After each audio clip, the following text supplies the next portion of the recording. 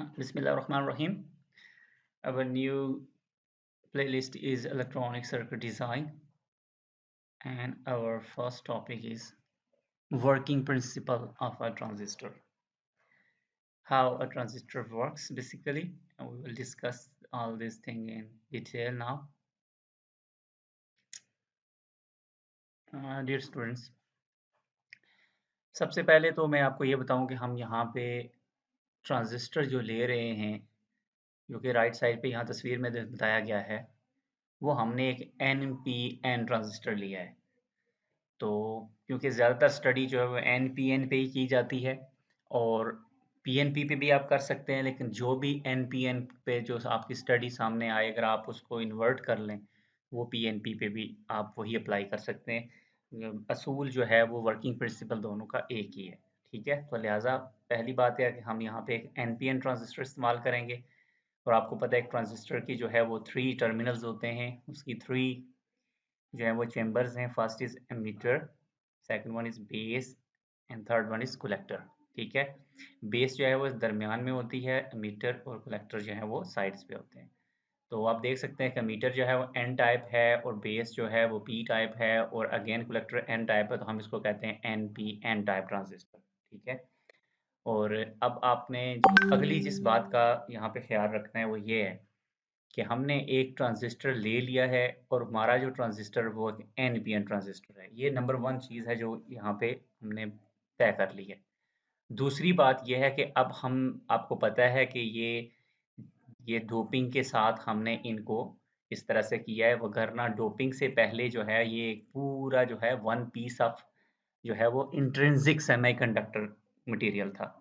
तो हमारे पास एक इंट्रिंसिक सेमीकंडक्टर मटेरियल था और हमने उसके 3 हिस्से किए और हर हिस्से को डोप किया। हमने 2 बाहर वाले हिस्सों को एन टाइप डोप किया और हमने जो मैं 1 मिनट पॉइंटर को थोड़ा-सा हाइलाइट करूँ ताकि आपको बेहतर नज़र आ सके। हाँ, ये ठीक है। ठीक है? हमने बेस को जो है वो पॉजिटिवली डोप किया, उसको पी टाइप बनाया और कलेक्टर को हमने एन टाइप बनाया। अब जब हमने ये डोपिंग की है तो हमने कितने एरिया पे मीटर रखा, मीटर का कितना एरिया रखा और कितना एरिया बेस को दिया, कितना कलेक्टर किया, ये बहुत मीनिंगफुल है यहाँ पे, ठीक है। तो याद रखें कि मीटर को वाइड रखा है हमने, यहाँ पे आप देख सकते हैं कि मीटर जो है वो वाइड है।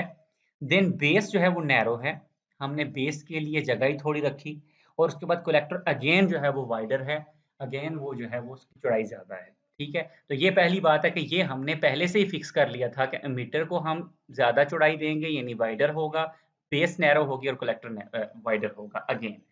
ये हमने पहले से फिक्स कर लिया था, ठीक है, कि हमने कितने एरिया में इसको एन टाइप बनाना है, फिर कितना पी टाइप, फिर अगेन एन टाइप। ये होगी दूसरी बात कि हमने तीनों रीजन्स का एरिया कितना रखना है, ठीक है।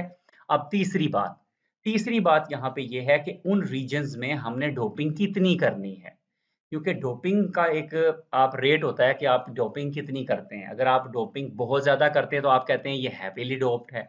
अगर आप डोपिंग जो है वो मुनासिब सी करते हैं तो आप कहते हैं मॉडरेटली डोप्ड है। और अगर आप जो है डोपिंग बहुत कम करते हैं तो आप कह देते हैं कि ये बड़ा लो डोप्ड किया गया है, ठीक है, लाइटली डोप्ड है। तो ये यहाँ पे हमने कौन सा हैवी डोप करना है, कौन सा लोड लाइटली डोप करना है, कौन सा मॉडरेटली डोप करना है, ये हम देखते हैं, ठीक है। अगर आप गौर करें तो एमीटर को में ये ब्लैक डॉट्स काफ़ी ज़्यादा तादाद में नज़र आ रहे हैं, जबकि कलेक्टर में ये ब्लैक डॉट्स बहुत कम नज़र आ रहे हैं। तो आपको पता है या होना चाहिए कि जो एन टाइप मटेरियल होता है उसमें अब बेसिकली इन दोनों में इलेक्ट्रॉन्स भी मौजूद हैं और होल्स भी मौजूद हैं, लेकिन हमने सिर्फ यहाँ पे वो दिखाए हैं जो मेजॉरिटी कैरियर्स हैं। तो एन टाइप मटेरियल के अंदर मेजॉरिटी कैरियर्स जो है वो इलेक्ट्रॉन्स होते हैं, जो कि ब्लैक डॉट्स के तौर पर शो किए गए। आप देख सकते हैं कि हमने ब्लैक डॉट से फ्री इलेक्ट्रॉन्स शो किए हैं। दूसरी तरफ आप कलेक्टर में भी देख सकते हैं, वो भी क्योंकि एक एन टाइप है वहां पे भी इलेक्ट्रॉन्स शो किए गए हैं। पी टाइप में क्योंकि मेजॉरिटी कैरियर जो है वो होल्स होते हैं, लिहाजा हमने यहाँ पे होल्स ये 1 2 3 4 5 सैंपल्स के तौर पर होल्स दिखाए हैं यहाँ पे। तो होल्स जो है वो ब्लू कलर के हैं, ठीक है। तो आप देख सकते हैं कि मीटर के अंदर ये जो कंसंट्रेशन है इलेक्ट्रॉन्स की वो बहुत ज्यादा है बनिस्बत कलेक्टर के, ठीक। कलेक्टर में ये कंसंट्रेशन उतनी ज़्यादा नहीं है। और इसी तरह से अगर होल्स की कंसंट्रेशन आप देखें तो वो भी कुछ ज़्यादा नहीं है। तो लिहाजा यहाँ पे जो सिचुएशन हमने क्रिएट की है वो कुछ इस तरह से है कि एमिटर को हमने हैवीली डोप्ड किया है, यानी इसमें बहुत ज़्यादा बम्बार्डमेंट करवाई है नेगेटिव जो है पेंटावेलेंट की, ठीक है। तो यहाँ देखें बहुत ज़्यादा इलेक्ट्रॉन्स हमारे पास आ गए, ये हैवीली डोप्ड है। उसकी निस्बत कलेक्टर को अगर आप देखें तो वो कलेक्टर है तो वाइड है, क्योंकि हमने उसके लिए जगह तो वाइड रखी है, लेकिन वो मॉडरेटली डोप्ड है। उसमें डोपिंग है लेकिन वो बहुत ज़्यादा भी नहीं है, बहुत कम भी नहीं है।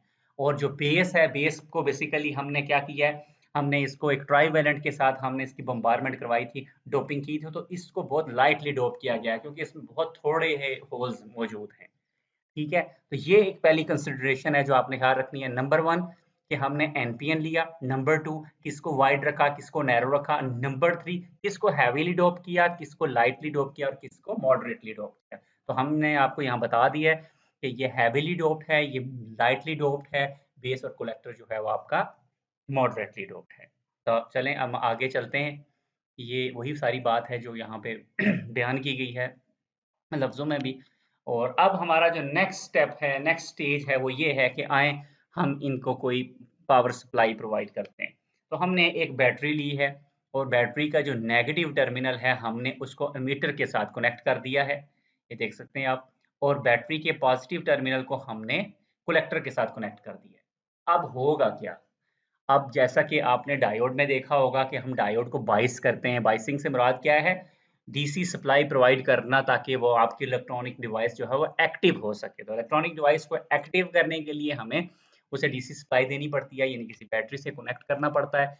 और आप किस तरह से कनेक्ट करते हैं, ये जो कनेक्शन है ये दो, इसको बाइसिंग कहते हैं। आप हाउ यू बाइस अ इलेक्ट्रॉनिक डिवाइस दैट मैटर्स, वो काफ़ी मैटर करता है। कि जैसे आपने देखा होगा डायोड में सॉरी आपके जो थे डायोड्स, डायोड्स में जो पीएन जंक्शंस थे वो डायोड को जब आप बायस करते हैं फॉरवर्ड बायस, तो वो फिर क्या होता था, और वो जब आप उसको रिवर्स बायस करते हैं तो क्या होता है, आपको पता है कि दो जो टाइप्स होती हैं, जैसे एक पी टाइप और एन टाइप, उन दोनों के दरमियान में एक जंक्शन होता है, उस जंक्शन को हम क्या कहते हैं, पीएन जंक्शन कहते हैं। तो वो पीएन जंक्शन पे कुछ मामलात होते हैं, जब फॉरवर्ड बायस होता है तो वहाँ पे एक जो है वो डिप्लीशन रीजन फॉरवर्ड का बनता है, जब वो रिवर्स बायस होता है तो एक रिवर्स का डिप्लीशन रीजन बनता है, बेसिकली एक बैरियर बनता है। फॉरवर्ड में वो बैरियर काफ़ी नैरो होता है और जो रिवर्स है उसमें बैरियर काफ़ी जो है वाइडर होता है, दैट्स वाई वो काफ़ी आपको रेजिस्ट करता है वहाँ करंट के या इलेक्ट्रॉन्स के फ्लो को। तो अब हम यहाँ पे जो देखेंगे वो ये है कि हमने जब बैटरी कनेक्ट की हमारी सिचुएशन में, तो हम ये देखेंगे कि हमारे पास कितने यहाँ जंक्शन हैं और उन जंक्शन पे क्या सूरत हाल होती है। सबसे पहले अगर हम देखें तो हमारे पास जो मीटर और बेस के दरमियान का जो जंक्शन है, इस जंक्शन पे अगर आप गौर करें तो आप थोड़ी देर के लिए कलेक्टर को भूल जाएं कि कलेक्टर भी यहाँ लगा हुआ है। तो अगर आप इस जॉइंट पे खड़े हैं और आप इस जंक्शन से ऑब्जर्व कर रहे हैं तो आप ये देखेंगे कि आपकी लेफ्ट साइड जो है वो एमीटर है और वो नेगेटिवली जो है वो आपने उसको नेगेटिव टर्मिनल के साथ बैटरी के साथ कनेक्ट किया है। तो एन टाइप जो है वो नेगेटिव के साथ जुड़ी हुई है। और अगर पी को देखें तो पी की राइट साइड पे बेसिकली बैटरी की पॉजिटिव टर्मिनल, तो लिहाजा पी पॉजिटिव के साथ कनेक्ट है। इस बात का मतलब ये है कि पी पॉजिटिव के साथ कनेक्ट है एंड नेगेटिव के साथ कनेक्ट है। इसका मतलब है कि ये एक फॉरवर्ड बाइस जंक्शन हो गया है, यानी बेस मीटर जंक्शन जो हमारा है ये फॉरवर्ड बाइस्ड है। तो लिहाजा आपको पता है कि जब फॉरवर्ड बाइस्ड होता है तो वो जो फॉरवर्ड का बैरियर होता है वो काफ़ी हल्का है बैरियर होता है। तो आप देख सकते हैं कि ये एक थोड़ा गहरे ब्लू कलर की एक पतली सी जो है एक पट्टी दिखाई गई है, जो बताती है बेसिकली कि एमिटर बेस जंक्शन के दरमियान में, एमिटर बेस जंक्शन के का जो जंक्शन है बेसिकली एमिटर और बेस का, ये बेसिकली फॉरवर्ड बाइस जंक्शन बन गया है और इसका बैरियर फॉरवर्ड है। अब हम थोड़ी देर के लिए चले जाते हैं बेस और कलेक्टर के जंक्शन की तरफ कि वो उनकी क्या सूरत हाल है। बेस और कलेक्टर का जो जंक्शन है, आप थोड़ी देर के लिए मीटर को भूल जाएं और आप गौर करें कि आपके जो कलेक्टर है वो एन टाइप है और वो किसी पॉजिटिव बैटरी के टर्मिनल के साथ कनेक्ट है, और आपकी बेस जो है वो पी टाइप है और वो नेगेटिव के साथ कनेक्ट है, यानी यहाँ मामला उल्ट हो गया है। तो अब इसका मतलब ये है कि ये दोनों जो हैं वो रिवर्स बाइस में कनेक्ट हो गए हैं और अब इन दोनों के दरमियान में जो जंक्शन है वो रिवर्स बाइस के तौर पर बिहेव करेगा। लिहाजा बेस कलेक्टर जंक्शन जो है वो रिवर्स बाइस हो गया है। और आपको मैंने पहले बताया है कि जब कोई जंक्शन रिवर्स बाइस में जो है उसका जो डिप्लीशन रीजन होता है वो और चौड़ा हो जाता है, वो और वाइडर हो जाता है। तो देख लें कि जो रिवर्स का बैरियर है, बैरियर बेसिकली वो रुकावट है जो ये जंक्शन प्रोवाइड करता है इलेक्ट्रॉन्स के फ्लो को। तो ये काफ़ी जो है वो आप कह सकते हैं कि वाइडर है, काफ़ी गहरा है, काफ़ी थिक है और ये तो काफ़ी ज़्यादा रुकावट पेश करेगा इलेक्ट्रॉन्स के फ्लो को। तो ये जो आप दोबारा से अगर आप देखें तो जो एमिटर बेस जंक्शन पे जो फॉरवर्ड बैरियर है, क्योंकि ये फॉरवर्ड का है तो फॉरवर्ड का बैरियर आप देखें बड़ा पतला-सा है और ये जो रिवर्स का बैरियर ये ख़ासा जो है ना हैवी है, काफ़ी चौड़ा है और ये करंट के फ्लो को जो है मुमकिन नहीं बनाएगा। तो अब सूरत-ए-हाल ये है कि हमने एक बाहर भी यहाँ पे रजिस्टर रखा हुआ है, जो कि बेसिकली अगर कोई भी करंट इस सर्किट में से फ्लो करता है, तो वो इस करंट जो है इस रजिस्टर के अक्रॉस में ड्रॉप होगा। तो हमारी कोशिश ये है कि करंट फ्लो करे, तो देखते हैं कि क्या करंट फ्लो करेगा। तो क्या ख़्याल है आपका इस सिचुएशन में जो कि हमने अभी यहाँ प्रोवाइड की है, क्या इलेक्ट्रॉन्स जो हैं वो फ्लो करेंगे? फ्लो से मुराद ये है कि ये यहाँ पे मैं ये भी आपको बताता चलूँ कि क्योंकि नॉर्मली हम कन्वेंशनली जिसको हम कहते हैं, कन्वेंशनली जो है करंट हम कहते हैं पॉजिटिव टू नेगेटिव फ्लो करता है, लेकिन आपको पता है कि वो होल्स हैं जो पॉजिटिव टू नेगेटिव फ्लो करते हैं। एक्चुअली जो इलेक्ट्रॉन्स हैं जो जिसकी वजह से करंट फ्लो होता है, इलेक्ट्रॉन्स जो होते हैं वो नेगेटिव टू पॉजिटिव फ्लो करते हैं। तो इलेक्ट्रॉनिक डिवाइसेस के अंदर हम जब भी करंट को स्टडी करते हैं, तो हम मोस्टली करंट के फ्लो को देखते हैं, जो सबसे बेस्ट वे होता है। तो हम थोड़ा नॉन कन्वेंशनल तरीके से चलते हैं और हम ये कहते हैं कि ये इलेक्ट्रॉन ये अगर बैटरी का नेगेटिव टर्मिनल है, ये बेसिकली क्या है, ये कैथोड है और इस पे काफ़ी ज़्यादा इलेक्ट्रॉन्स हैं और बैटरी की जितनी ज़्यादा आप जो है पोटेंशियल प्रोवाइड करेंगे, उतना ही ज़्यादा इलेक्ट्रॉन्स की एक पूरी फ़ौज जो है, वो यहाँ से सफ़र अख्तियार करेगी। ठीक है? तो होगा क्या कि यहाँ से इलेक्ट्रॉन्स जब चलना शुरू होंगे, तो वो इलेक्ट्रॉन्स यहाँ से चलते-चलते यहाँ पहुँचेंगे। जब वो यहाँ पहुँचेंगे, वो यहाँ देखेंगे कि यहाँ तो काफ़ी सारे पहले से मौजूद इलेक्ट्रॉन्स मौजूद हैं। लेकिन मसला ये है कि ये इलेक्ट्रॉन्स क्या पहले जो इलेक्ट्रॉन्स इधर से आ रहे हैं और फिर आगे जो मज़ीद इलेक्ट्रॉन्स हैं, ज़ाहिर है इलेक्ट्रॉन्स को पुश करेंगे। क्या ये पुश इतना स्ट्रॉन्ग होगा? क्या ये पुश इतना स्ट्रॉन्ग होगा कि ये इन दोनों बैरियर्स को क्रॉस कर सके? कि ये इलेक्ट्रॉन्स इन दोनों बैरियर्स को यानी फॉरवर्ड बैरियर को क्रॉस करें, फिर वो बेस में आएँ और फिर बेस से दोबारा अगला बैरियर भी क्रॉस करें और फिर वो कलेक्टर में आएँ और कलेक्टर में इलेक्ट्रॉन्स पहुँचकर इन इलेक्ट्रॉन्स को पुश करें, जो कि ऑलरेडी जो है वो ये जो बैटरी का पॉजिटिव टर्मिनल है वो उनको अपनी तरफ पुल कर रहा होगा ऑलरेडी। ये इलेक्ट्रॉन्स खुद ब खुद क्या हैं, ये इस टर्मिनल की तरफ खुद ही खींचे जाएँगे। आप समझें कि ये बेसिकली इलेक्ट्रॉन्स को टर्मिनल धक्का दे रहा है और ये वाला जो है ये पुल कर रहा है, ये बेसिकली इलेक्ट्रॉन्स को अपनी तरफ खींच रहा है। तो मसला यहाँ से यहाँ तक भी कोई नहीं है, इवन यहाँ तक भी कोई नहीं है। और मसला इधर से खींचने का भी यहाँ से यहाँ तक कोई नहीं है। मसला सारा ये बीच के इस पूरी दलदल का है कि इसको पार कर पाएगी। अगर इलेक्ट्रॉन्स इतने ताकतवर हो जाएँ कि वो यहाँ से इनको भी पुश कर लें और फिर इनको भी पुश करवा के वो यहाँ तक आ जाएँ, फिर आप ये कह सकते हैं कि करंट फ्लो करेगा। फिर आप कह सकते हैं कि इलेक्ट्रॉन जो है वो फ्लो करेंगे नेगेटिव टू पॉजिटिव टर्मिनल।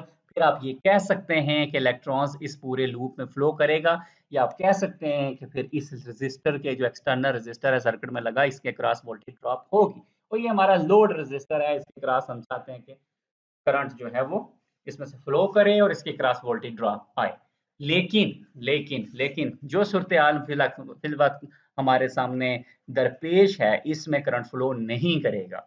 और वो इसलिए नहीं करेगा कि इलेक्ट्रॉन्स पहले यहाँ से इस बैरियर को भी तोड़ें और यहाँ थोड़े से होल्स उनको मिलेंगे। फिर उसके बाद वो इस बैरियर को भी तोड़ें, ये बात मुमकिन नहीं है। लिहाज़ा जो गिवन सिचुएशन है इस वक़्त, इस सिचुएशन में करंट फ्लो नहीं करेगा। ठीक है? इस सिचुएशन में करंट फ्लो नहीं करेगा। इसी तस्वीर को थोड़ा बड़ा करके दिखाया गया है और यही नीचे बताया गया है in this condition no current will flow through the device. Device में से करंट फ्लो नहीं करेगा। तो अब हम चाहते हैं जी कि फ्लो करे, तो क्यों नहीं फ्लो करेगा इसकी थोड़ी-सी यहाँ तफ़सील दी गई है क्योंकि वो कहता है कि एमीटर को हमने वाइडर रखा है और हेवीली डोप किया हुआ है और मेजॉरिटी कैरियर्स जो हैं, वो जो है free electrons in this region transistor very high. तो हमने बताया हुआ है कि हमारे पास जो है वो एमीटर के अंदर जो है वो मेजॉरिटी कैरियर्स काफ़ी ज़्यादा हैं। लेकिन आगे मसाइल हैं कि the base reason on the other hand is very thin and it is in the range of कहते हैं कि बेस रीजन की जो विड्थ होती है अमूमन माइक्रोमीटर्स में होती है। जबकि एमीटर और कलेक्टर क्योंकि चौड़े हैं तो वो तकरीबन मिलीमीटर की रेंज में होते हैं। यानी ये माइक्रोमीटर्स में है और ये मिलीमीटर्स में है।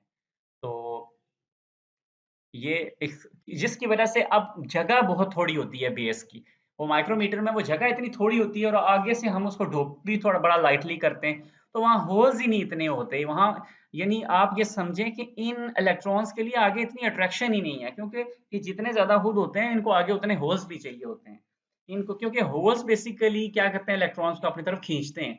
तो इतनी वो चीज ही नहीं है, इतनी वो अट्रैक्शन ही नहीं मौजूद दूसरे एंड पे जो इनको अट्रैक्ट कर सके। That's why electrons even forward barrier ही नहीं क्रॉस करते इस सिचुएशन में।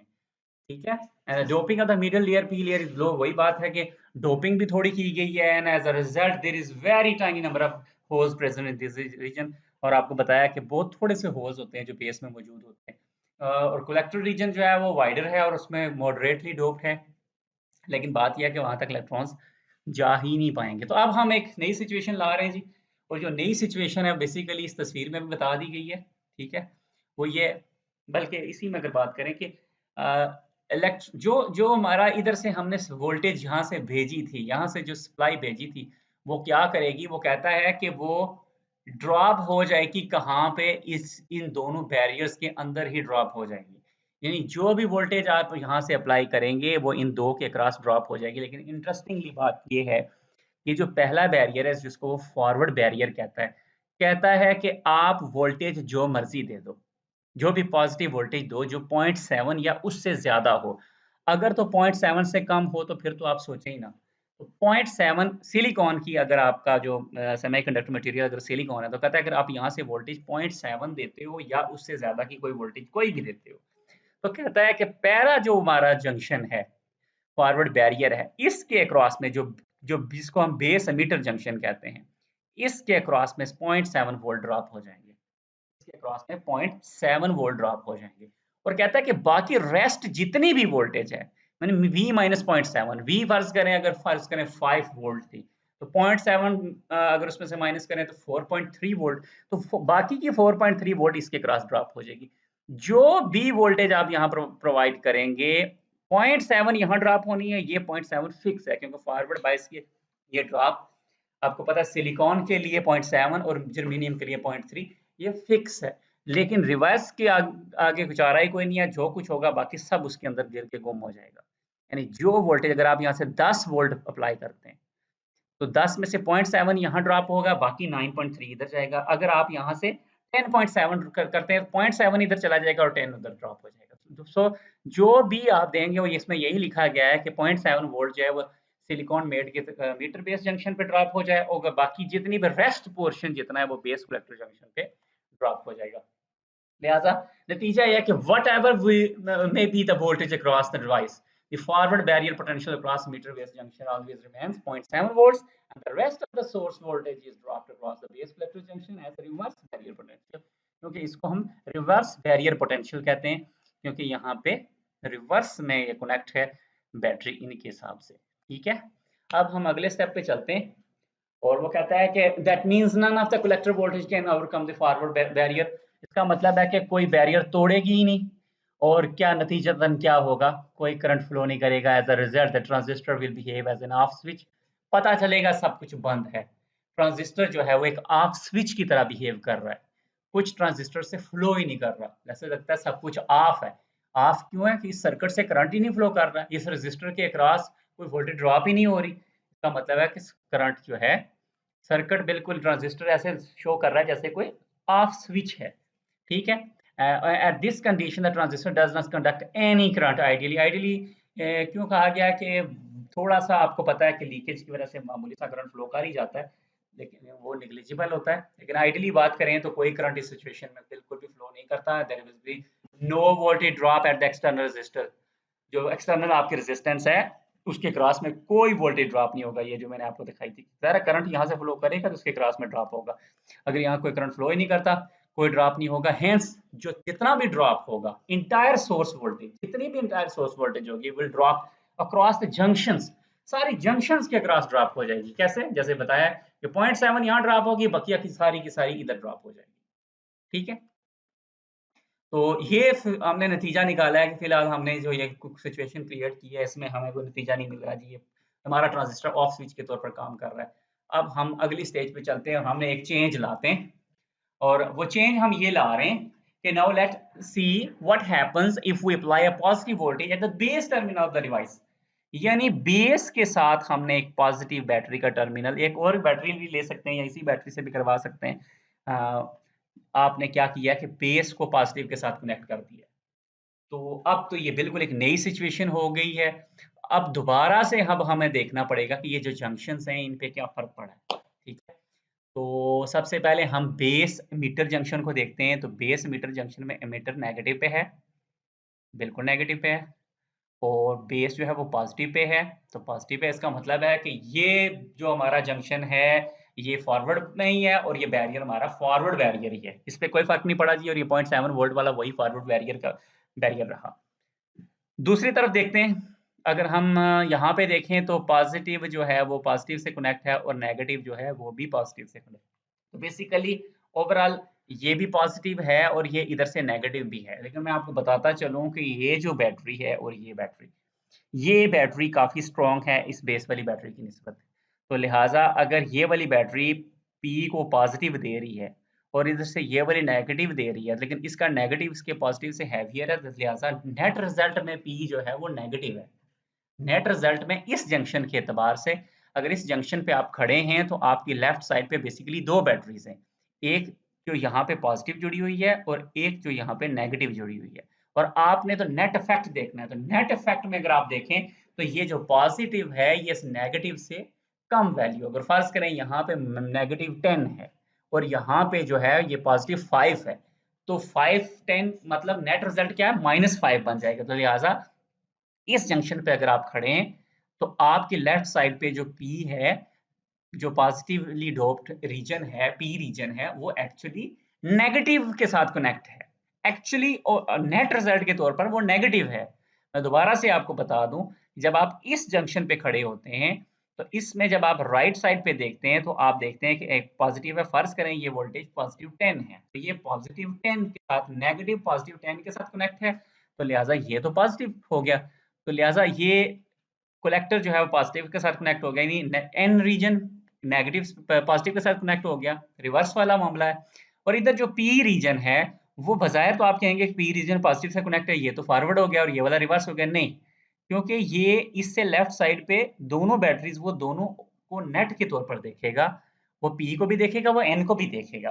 तो अगर उस हिसाब से नेट रिजल्ट के तौर पर देखा जाए तो ये जो पॉजिटिव है ये थोड़ा होगा और ये नेगेटिव हैवियर है, लिहाजा नेट रिजल्ट में ये नेगेटिव ही रहेगा। तो सो हम ये कहेंगे कि पी रीजन ओवरऑल लगता है ऐसे जैसे किसी नेगेटिव के साथ कनेक्ट है और पी रीजन नेगेटिव के साथ कनेक्ट है और एन रीजन पॉजिटिव के साथ कनेक्ट है। लिहाजा ये जो जंक्शन है ये रिवर्स बायस के तौर पर बिहेव करेगा और ये स्टिल रिवर्स बैरियर के तौर पर एक्ट करेगा। लिहाजा अब फर्क क्या है पहले की निस्बत, पहले की निस्बत क्या फ़र्क है, ये हम देखते हैं। मैं आपको यहाँ पे एक बात बता दूँ कि जब हम इलेक्ट्रॉनिक डिवाइसेस में ये बताते हैं कि नेगेटिव बैटरी के नेगेटिव टर्मिनल यानी कैथोड से इलेक्ट्रॉन्स जो हैं वो चलना शुरू करते हैं, तो याद रखें कि आप इस तरह सोचें कि ये जो नेगेटिव टर्मिनल होता है ये एक धक्का होता है, ये इलेक्ट्रॉन्स को एक धक्का देता है, उसको पुश करता है। तो जितनी ज़्यादा बैटरी की वैल्यू होती है, ये उतना ही मजबूत, उतना ही स्ट्रॉन्ग जो है ये एक धक्का होता है। जबकि जो पॉजिटिव टर्मिनल होता है वो एक खींच होती है, जैसे खींचते हैं आप चीज़ को या आप किसी चीज़ को पुल करते हैं, तो ये बेसिकली इलेक्ट्रॉन्स को पुल करता है। ये पॉजिटिव टर्मिनल अपनी तरफ खींचता है, जितना ही बैटरी की वैल्यू ज़्यादा होती है, ये पॉजिटिव टर्मिनल इलेक्ट्रॉन्स को उतना ही ज़ोर से अपनी तरफ खींचता है। तो लिहाजा अगर बैटरी कनेक्ट है किसी तरफ तो आप ये समझें कि नेगेटिव टर्मिनल से इलेक्ट्रॉन को धक्का देके भेजा जा रहा है कि वो पॉजिटिव वाली तरफ पहुंचे और पॉजिटिव वाले ऑलरेडी उसको अपनी तरफ खींच रहा है। तो दरमियान में अगर रास्ता यानी पाथ मुकम्मल हो जाए तो ये जो उनका सफर है मुकम्मल हो जाता है और जब ये सफर मुकम्मल होता है तो हम कहते हैं कि सर्किट में करंट फ्लो कर रहा है। ठीक है, तो हमारे पिछली जो सिचुएशन थी उसमें ये था कि इलेक्ट्रॉन ने फ्लो ओवरऑल नहीं किया था, क्योंकि रास्ते में ये जो हमारा बैरियर पोटेंशियल थे ये रिवर्स बैरियर्स था, इसकी वजह से वो इसको क्रॉस नहीं कर सका। तो अब एक नई सिचुएशन हम लाए हैं, उस नई सिचुएशन में हमने क्या किया है कि हमने बेस पे एक पॉजिटिव वोल्टेज अप्लाई कर दी है। तो ये बेस पे पॉजिटिव वोल्टेज अप्लाई करने से क्या नई तब्दीली आ जाएगी, क्या फर्क पड़ेगा, तो इसको हम देखते हैं। और इसके लिए हम वो कहता है base emitter junction gets forward bias voltage. अभी हमने जिक्र किया कि वो फॉरवर्ड बायस है और मीटर जो दूसरा है base region where they get very few number of holes recombined, उसमें काफी कम होल्स हैं। तो असली अगली स्टोरी ये है जो मैं आपको बताता चलूं कि अब बेस के अंदर जो है वो एक खींचने की ताकत आती है कि वो इलेक्ट्रॉन्स को वेलकम करेगा एमिटर से। अब वो मीटर से वेलकम करेगा और थोड़ा-सा जंक्शन है, 0.7 का मसला है, 0.7 तो कोई इतनी चीज़ नहीं है। अगर यहाँ से अगर फ़र्ज़ करें आप 4 वोल्ट भी दे दें, तो 4 वोल्ट भी अगर आप दे देते हैं तो 0.7 यहाँ ड्रॉप होगा, 3.3 तो आ ही जाएगा। तो लिहाज़ा 3.3 का धक्का तो फिर रहेगा। सो ये वाला जंक्शन आराम से जो है इलेक्ट्रॉन्स पार कर जाएँगे। अब होगा क्या, मैं आपको दोनों तरफ से सिचुएशन बताता हूँ। एक तरफ से फ़र्ज़ करें आपने यहाँ से जो है इसको आपने 4 वोल्ट दे दिया और यहाँ से आपने इसको 10 वोल्ट दे दिया। 10 वोल्ट का मतलब ये है कि यहाँ 10 बंदों का धक्का लग रहा है नेगेटिव टर्मिनल से इलेक्ट्रॉन्स को। इलेक्ट्रॉन्स यहाँ से उस पावर के साथ वो यहाँ पहुँचेंगे, ठीक है? पहले तो ये था कि उनको इसी टर्मिनल पे पहुँचना होता था। तो लिहाज़ा इसी टर्मिनल पे पहुँचने होने की वजह से बैरियर सारे क्रॉस नहीं कर सकता था, जाता ही नहीं था। लेकिन अब 2 पॉइंट्स हैं, वो यहाँ पे भी पहुँच सकता है। यहाँ पे भी पहुँच सकता है, यहाँ पे भी पहुँच सकता है।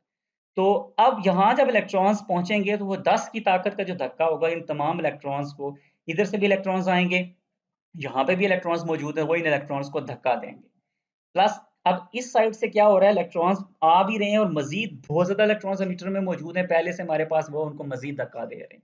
और इस तरफ क्या सिचुएशन है, इस तरफ सिचुएशन ये है कि ये ऑलरेडी जो है 0.7 माइनस कर दें अगर इस वोल्टेज से, यानी अगर हमने कहा यहाँ से 4 दी हुई है तो 0.7 माइनस कर दो, 3.3 का पुश फिर भी मौजूद है इसके अलावा। तो लिहाजा ये वाला खींचेंगे, होगा क्या, ये इलेक्ट्रॉन्स बड़ी तेजी से रश करके इस बैरियर को तोड़ के बेस में पहुंचेंगे और वो बेस में बड़ी स्पीड से पहुंचेंगे, क्योंकि इधर से धक्का भी ठीक ठाक है और उधर से थोड़ी बहुत खींचा भी जा रहा है, तो लिहाजा अब डबल सपोर्ट हो गई है। तो लिहाजा ये इलेक्ट्रॉन्स बड़ी स्पीड के साथ क्या करेंगे, वो इस बैरियर को क्रॉस करके आगे रीजन में बेस में पहुंचेंगे। अब बेस के अंदर दो बातें हैं जिनको आपने ख्याल रखना है।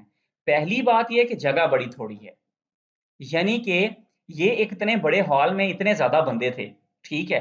आपने इतने ज्यादा बंदों को आगे जब पहुंचाया है तो आगे तो जगह ही थोड़ी है और धक्का आपने इतना दिया कि सारों को उधर भेज भी दिया है, ठीक है? दूसरी तरफ वहां जगह से मुराद ये है कि रूम स्पेस थोड़ी है। दूसरा मसला ये है कि इन लोगों ने वहां जाके होल्स से मिलना था और वहां होल्स यानी वो खाली कुर्सियां ही थोड़ी हैं जिन पे वो जाके बैठेंगे, क्योंकि आपने पहले ही पी टाइप को लाइटली डोप किया हुआ है, वहां खाली कुर्सियां ही थोड़ी छोड़ी हुई हैं।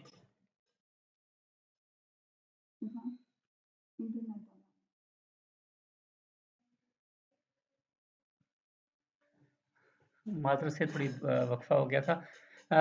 एक तो इधर से इलेक्ट्रॉन्स को ये पुश मिल रहा है, उधर से ये उनको पुल मिल रहा है।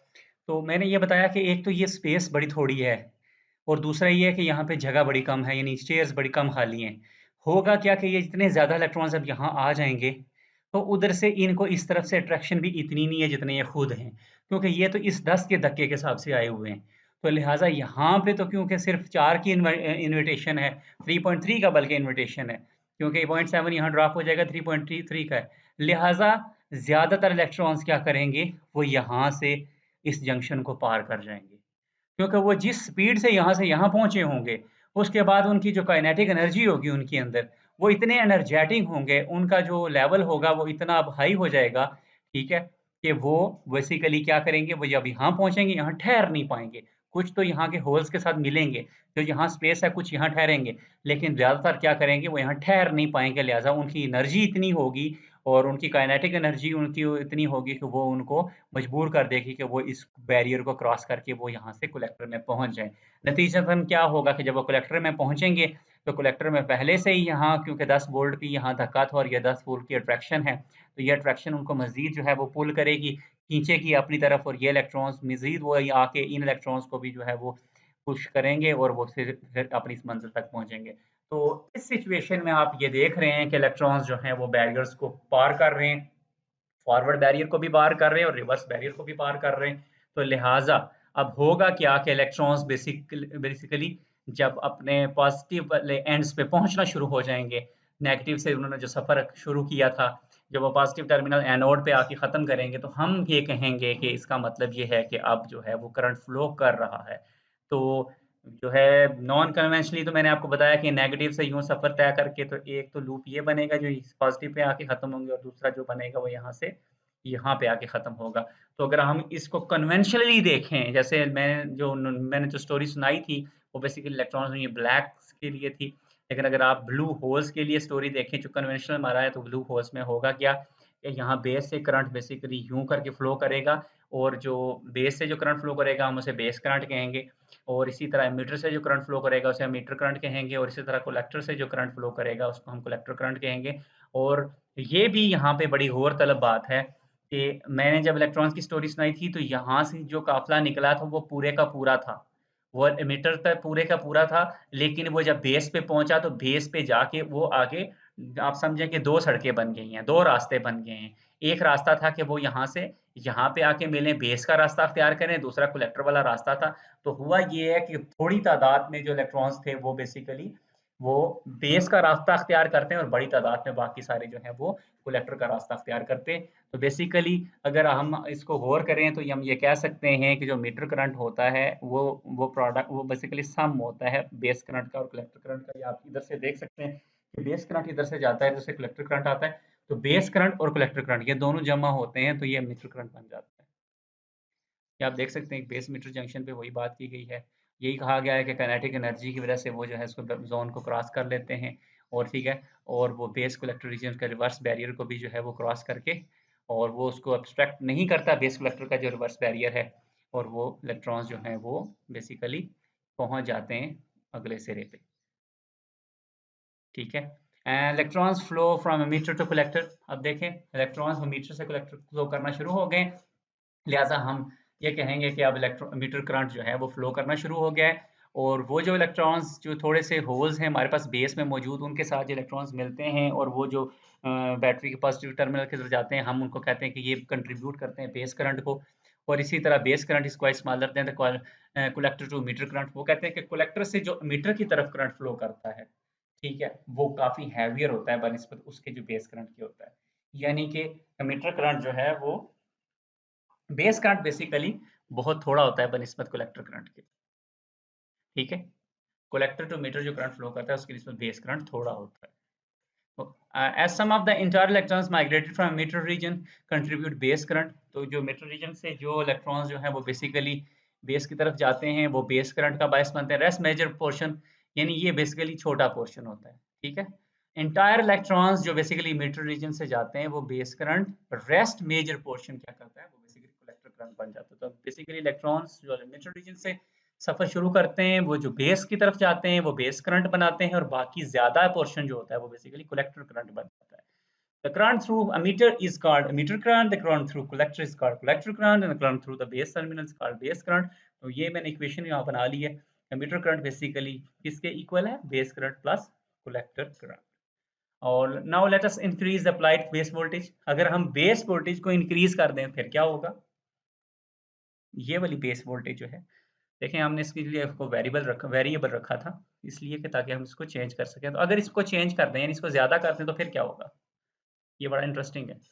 अगर आप अप्लाइड बेस वोल्टेज को ज्यादा कर देंगे तो this situation due to increase forward voltage, अब फॉरवर्ड वोल्टेज बढ़ जाएगी तो मीटर बेस जंक्शन पे जो more free electrons will come from the emitter region to the base region. अब तो और ज्यादा इलेक्ट्रॉन्स मीटर से जंप करके बेस में जाएंगे, और वो तो उनकी और ही ज्यादा काइनेटिक एनर्जी होगी, और फिर अगेन इसका मतलब है वो फिर कलेक्टर करंट में इजाफा करेंगे, क्योंकि हमने याद रखें हमने यहाँ बेस वोल्टेज बढ़ाई है ना, नंबर ऑफ होल्स यहाँ बढ़ाए हैं ना हमने इसकी ये जगह ज्यादा की है, जगह भी वही है होल्स भी वही हैं। जब आप यहाँ से वोल्टेज बढ़ा देंगे तो बेसिकली अब ये जो यहाँ से जो इसका पार होना था ये और शिद्दत से पार होंगे ये, और क्योंकि अब ये बेसिकली आपने उसका पुल बढ़ा दिया है, खींच बढ़ा दी है, पुश भी बढ़ा दी है, तो लिहाजा अब और शिद्दत से ये पार जाएंगे, और फिर मजीद वहां मसला होगा कि मजीद जगह तो वही है पुरानी वाली, लिहाजा और शिद्दत से ये पार जाएंगे, लिहाजा और कलेक्टर करंट में इजाफा करेंगे। ठीक है, तो लिहाजा क्या होगा कलेक्टर करंट में वो इजाफा कर देंगे। In this way controlling a small base signal, यानी हमने क्या किया था, हमने बेस वोल्टेज से बेस सिग्नल को कंट्रोल किया था, यानी बेस वोल्टेज हम चेंज कर देते हैं तो हम बेसिकली बेस वाले सिग्नल को कंट्रोल करते हैं। We can control quite a large collector signal, मतलब कि हम अगर बेस वोल्टेज को चेंज करें तो हम कलेक्टर करंट को कंट्रोल कर सकते हैं, कलेक्टर वाले सिग्नल यानी बेस सिग्नल से कलेक्टर सिग्नल को कंट्रोल कर सकते हैं, जबकि बेस सिग्नल है छोटा सा और कलेक्टर सिग्नल बड़ा है, ये हमने पहले बताया आपको। और कह रहा this is the basic working principle of transistor. Transistor का ये बेसिक वर्किंग प्रिंसिपल है, ठीक है, कि हम कोई भी चेंज जो है, एक छोटा सा चेंज हम बेस पे लाते हैं, वो वहां इतना बड़ा हो जाता है। आप देखें कि छोटे से बेस करंट है, यहाँ से जो ये हम वोल्टेज अप्लाई करते हैं उसकी वजह से बेस करंट है वो छोटा है, लेकिन उसी की वजह से जो कलेक्टर करंट जन्म लेता है, जो पैदा होता है, वो काफी हैवियर है। तो हम बेसिकली बेस के छोटे सिग्नल से कैसे जो है वो कलेक्टर के बड़े सिग्नल को कंट्रोल करते हैं, ये बेसिक प्रिंसिपल है ट्रांजिस्टर का। ट्रांजिस्टर इस प्रिंसिपल पे काम करता है, ठीक है, कि हम बेसिकली इसमें ये जो बेसिकली 3 टर्मिनल डिवाइस है, इसमें 2 जंक्शंस हैं, और इसमें जो बेस मीटर जंक्शन है, हम उससे वो इनपुट साइड है, हम उससे एक कंट्रोल देते हैं, उससे हम कंट्रोल करते हैं किसको, आउटपुट की बड़ी बड़ी बड़े सिग्नल को, बड़ी वेव को हम कंट्रोल करने के काबिल हो जाते हैं। तो ये है working principle of a transistor, इस तरह से ये ट्रांजिस्टर काम करता है। तो इंशाल्लाह आपको दूसरे लेक्चर्स में मजीद की समझ आएगी। Thank you very much.